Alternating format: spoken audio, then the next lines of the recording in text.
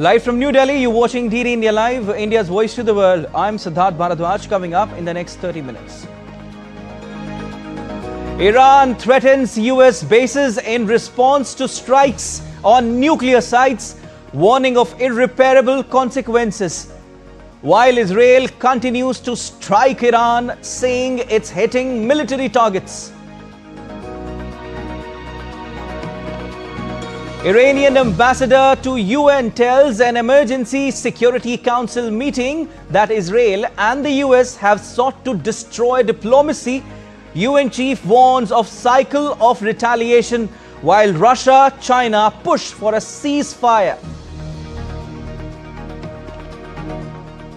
IAEA Board of Governors to meet on Monday, a day after attacks on Iranian nuclear sites by the US, says there is no rise in radiation as of now. Chief Grossi voices fears over potential widening of the conflict. Oil prices surge as Iran closes Strait of Hormuz, affecting nearly a quarter of global oil shipments.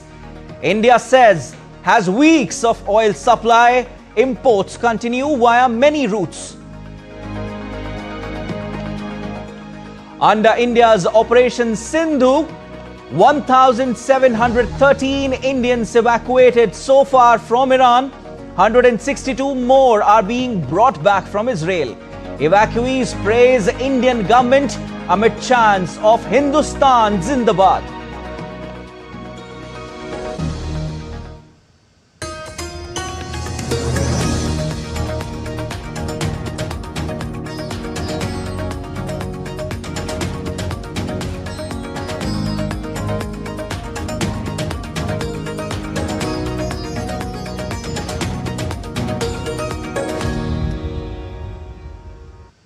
Iran on Sunday threatened US bases in the West Asia after massive airstrikes that Washington said had destroyed Tehran's nuclear program.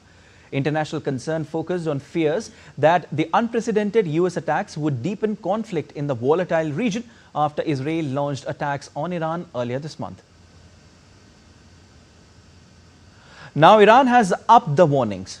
In a televised address, an advisor to Iran's Supreme Leader, Ayatollah Ali Khamenei, said any country in the region or elsewhere that is used by American forces to strike Iran will be considered a legitimate target for Iranian armed forces. As Iran's leaders struck defiant tones, President Masoud Pezeshkian also vowed that the United States would receive a response to the attacks. Meanwhile, people gathered Sunday in central Tehran to protest against the attacks.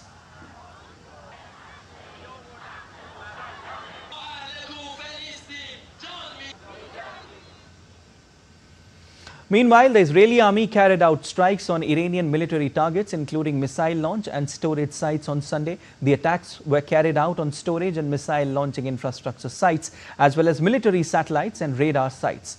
Israel also struck several parts of northwest Iran on Sunday, Iranian media reported, as fighting between the arch enemies raged. At least 3 people were killed on Sunday after an Israeli strike hit an ambulance in central Iran.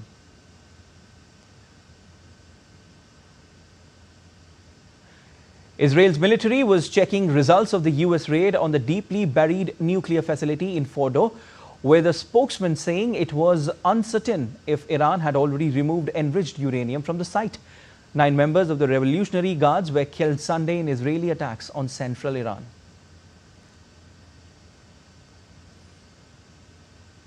Meanwhile, the situation in West Asia has revealed deep divisions among nations. The UN Security Council met in an emergency session on Sunday following the US strikes. Russia, China and Pakistan circulated a draft resolution during the meeting calling for an immediate and unconditional ceasefire in West Asia.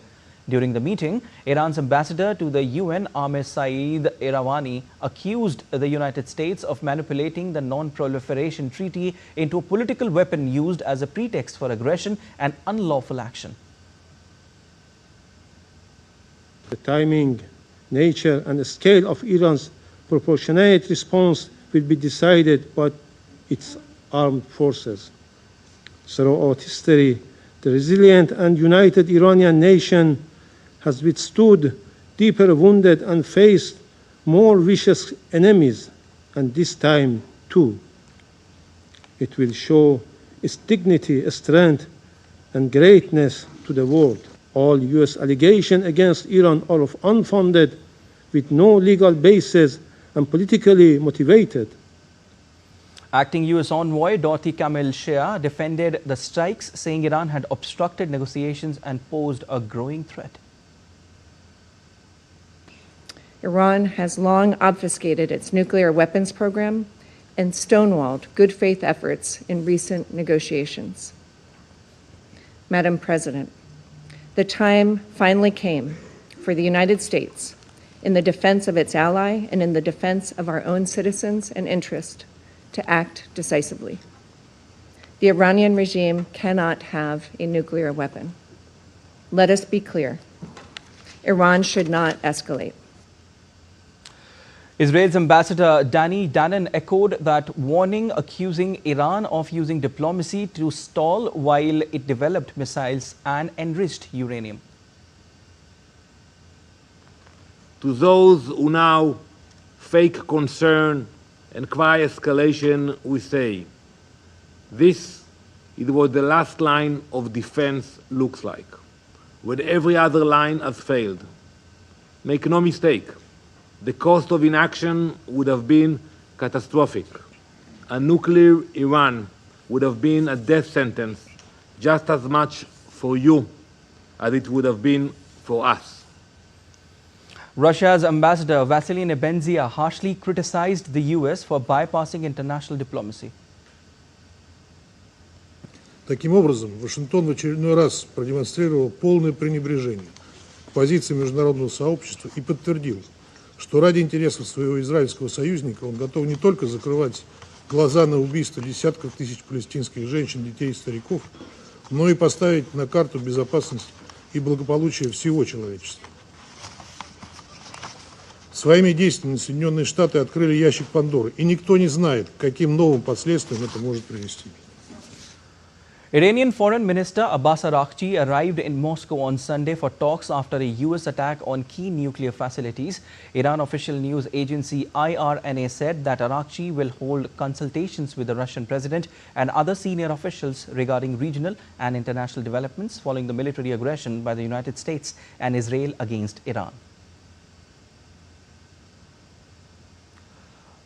Earlier, talking on the sidelines of Organization of Islamic Cooperation meeting in Istanbul on Sunday, the Iranian foreign minister said the United States and Israel crossed a major red line in attacking Iran's nuclear facilities.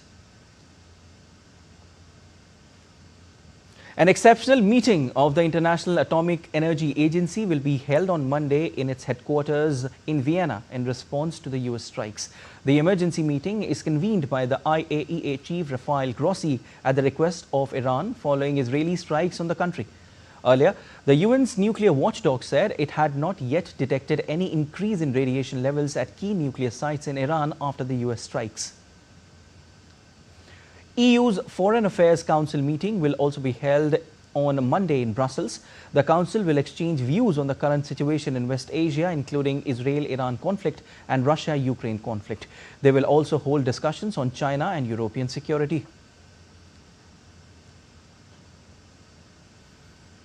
The US State Department issued a worldwide caution for Americans on Sunday, saying the conflict in the West Asia could put those traveling or living abroad at an increased security risk. The US on Saturday began evacuation flights from Israel for American citizens and permanent US residents living in Israel or the West Bank. It also ordered staff at its diplomatic missions in Iraq and Lebanon to leave those countries. Meanwhile, after carrying out Operation Midnight Hammer on Iranian nuclear sites, US B-2 stealth bombers have returned to American soil. The aircraft touched down near Whiteman Air Force Base in Missouri after completing the operation. A total of 7 B-2 bombers departed from the US and undertook an 18-hour round-trip mission to Iran, during which they deployed 14 bunker buster bombs on major underground nuclear facilities, including Fordow, Natanz and Isfahan.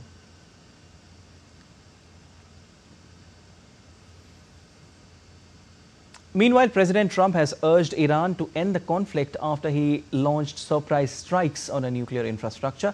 The president said they had a spectacular military success on Sunday, taking the bomb right out of Iran's hands. And while Trump did not directly advocate regime change in the Islamic Republic, he openly played with the idea. Posting on his Truth Social platform, Trump said, and I quote, "It's not politically correct to use the term regime change. But if the current Iranian regime is unable to make Iran great again, why wouldn't there be a regime change?" MEGA.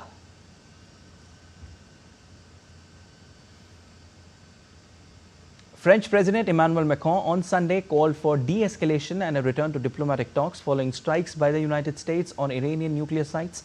During a cabinet meeting, Macron said, "I am convinced that no strictly military response will produce the effect that we seek." Macron added that restarting diplomatic and technical talks is the only way to achieve the objective.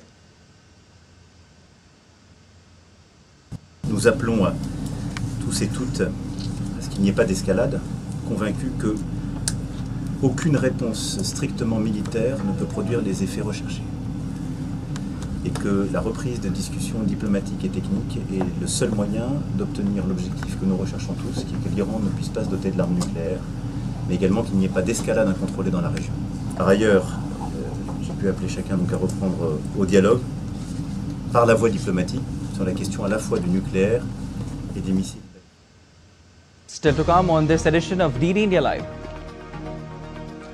20 killed in suicide bombing by Islamic State at Damascus Church.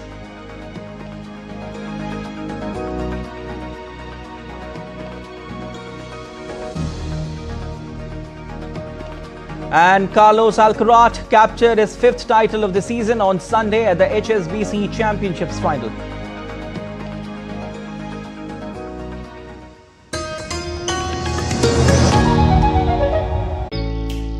Jharkhand will mesmerize you with majestic nature, rich heritage and colorful culture. Johar. It fits perfectly. Thank you. Full workout हो गया. Ready?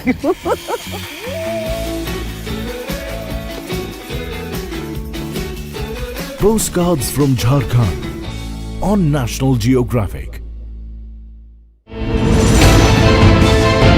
Geopolitics and trade deals. Economic challenges amid development. Hard work and the path to prosperity. It's the economy always. Between walkers, money is what money does and says. Supply creates its own demand. Between the bulls pulls and bears tears. When supply chains globalization and India rises to the podium.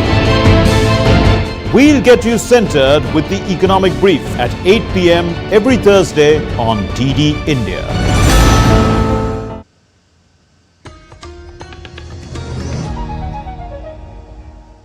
You're watching DD India Live. I'm Siddharth Bharadwaj. In another big development, Iran has completely closed the Strait of Hormuz. Iran Air Force, in a social media post, stated that no oil or gas tankers can pass through the Strait of Hormuz. Iran has long threatened to choke the Strait of Hormuz. The Strait of Hormuz is a strait between the Persian Gulf and the Gulf of Oman. It provides the only sea passage from the Persian Gulf to the open ocean and is one of the world's most strategically important choke points. The strait serves as the primary export route for Gulf producers such as Saudi Arabia, the United Arab Emirates, Iraq and Kuwait. This pathway allows about 20% of the world's daily oil consumption, around 20 million barrels, to pass through it.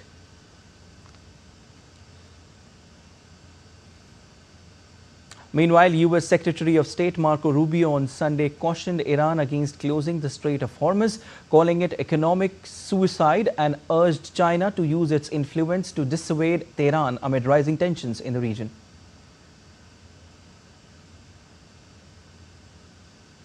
Oil prices have surged more than 4% in early Asian trade on Monday. Brent and the main US crude contract WTI both jumped more than 4% to hit their highest price since January.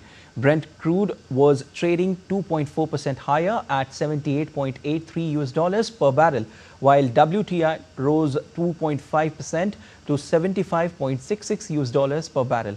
Tokyo-based energy analysts say the price surge reflects growing uncertainty in global markets. With two major powers now actively targeting Iran, the risk premium on oil is back in focus.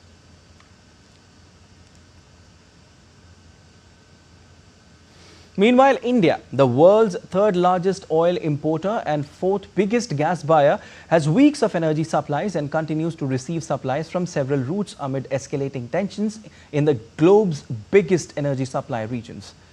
Taking to social media X, India's Union Minister for Petroleum and Natural Gas, Hardeep Singh Puri, said, and I quote, "We have been closely monitoring the evolving geopolitical situation in the Middle East since the past 2 weeks. Under the leadership of Prime Minister Narendra Modi, we have diversified our supplies in the past few years, and the large volumes of our supplies do not come through the Strait of Hormuz now. Our oil marketing companies have supplies of several weeks and continue to receive energy supplies from several routes. We will take all necessary steps to ensure stability of supplies of fuel to our citizens."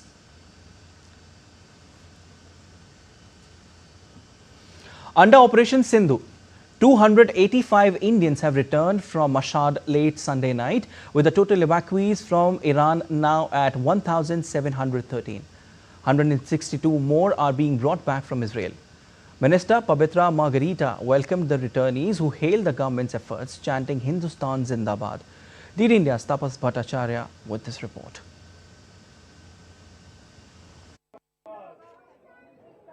Operation Sindhu continues to bring Indians home from conflict zones.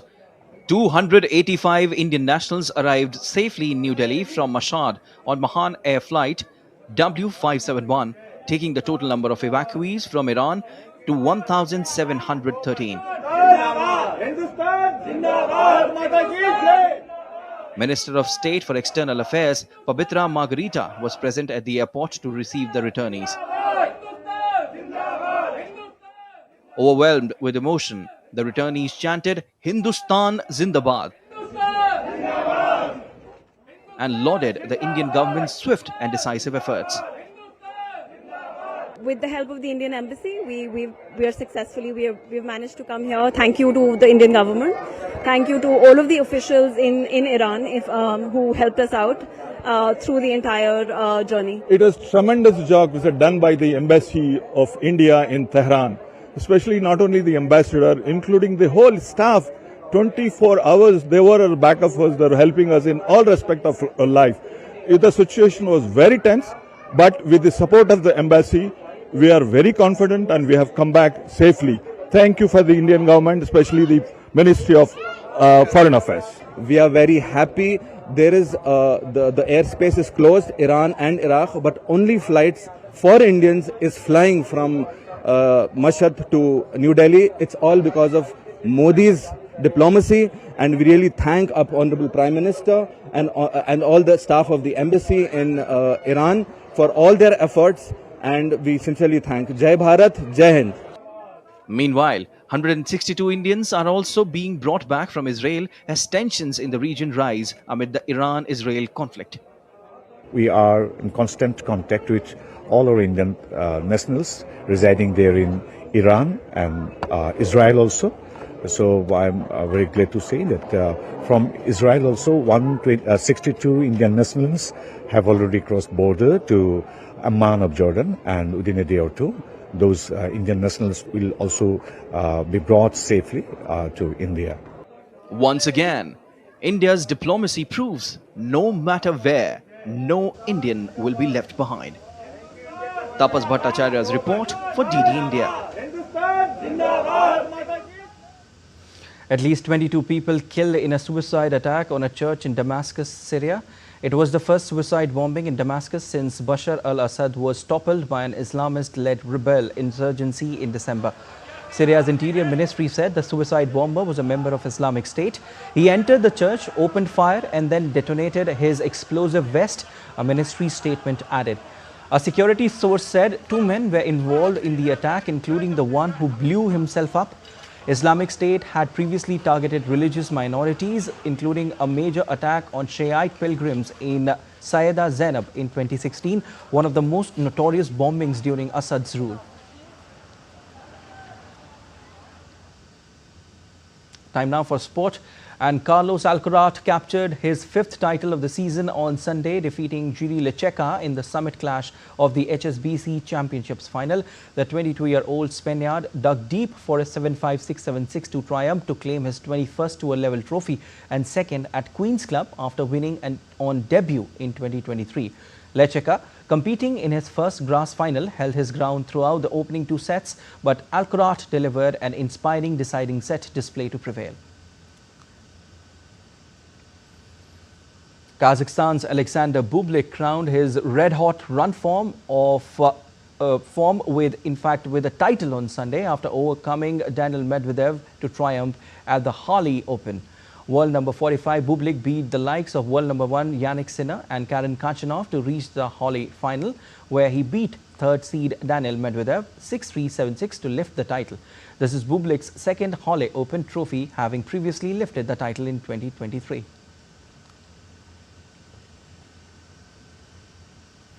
The world of sports is celebrating World Olympic Day today. June 23rd marks the birth of the modern Olympic Games, which is celebrated to promote the Olympic values of excellence, friendship and respect. Olympic Day also recognizes the importance of physical education and highlights how sports can bridge divides and foster international unity.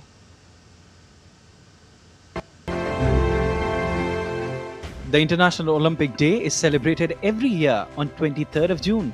To commemorate the founding of the International Olympic Committee in Paris in 1894.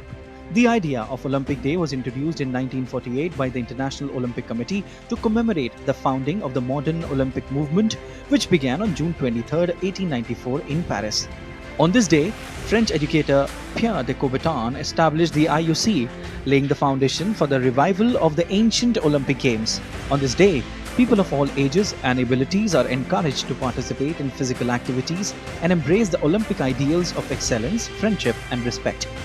Each year, the IOC or National Olympic Committees promote a theme to focus the celebrations. In 2025, the theme is Let's Move, which shines a light on the benefits of playing sport and working out together, celebrating the motivation, community and joy that movement with others brings. As part of the celebration, India also organized the Olympic Day Run under IOC's Let's Move campaign, promoting fitness and inclusivity. The event saw enthusiastic participation citywide in the presence of the Sports Minister Dr. Mansukh Mandavia, President of the Indian Olympic Association PT Usha and Delhi Chief Minister Rekha Gupta. Today we celebrate the Olympic movement everywhere in our country, not only to celebrate the modern Olympic movement, but for the excellence, unity and perseverance. आज दिल्ली में जो Olympic day celebration हुआ और Olympic run हुआ, मैं बहुत ही खुश हूं कि दिल्ली के हजारों लोगों ने इसमें पार्टिसिपेट किया और आदरणीय मोदी जी के नेतृत्व में लगातार देश बेहतर खिलाड़ी, बेहतर इंफ्रास्ट्रक्चर और बेहतर फैसिलिटीज की ओर बढ़ रहा है और पूरी तरीके से दिल्ली देश ओलंपिक 2036 की मेजबानी के लिए तैयार है. The history of the Olympics spans over 2,800 years, beginning with the ancient games of Greece and evolving into today's global festivals of sport. Throughout this timeline, the Olympic Games have consistently promoted peace and cooperation. For example, at each Games, athletes from over 200 nations gather under one flag of 5 rings in the Olympic Village. Over time, the Olympics have also expanded in scope. The modern Olympic movement now includes the Winter Games, the Paralympic Games, the Youth Olympic Games and various regional competitions. However, all of these share the same roots in Olympic history, the idea that sport can transcend national and cultural differences. World Olympic Day reminds us that sport is not just about winning. It is about participation, determination and bringing people together. It observes the timeless message of the Olympics. a celebration of human potential and harmony through athletic excellence. Sports Desk, DD India. That's all for this edition of DD India Live, but let us know your thoughts on the news of the day. For those on the go, you can get all the latest news and updates from India and across the world on DD India mobile app. The app is available on both Android and iOS platforms, and you can scan the QR code on the screen to download now. We'll be back with more news as it breaks here on DD India. I'm Prasar Bharati from all of us here in Delhi. Thanks for watching DD India Live.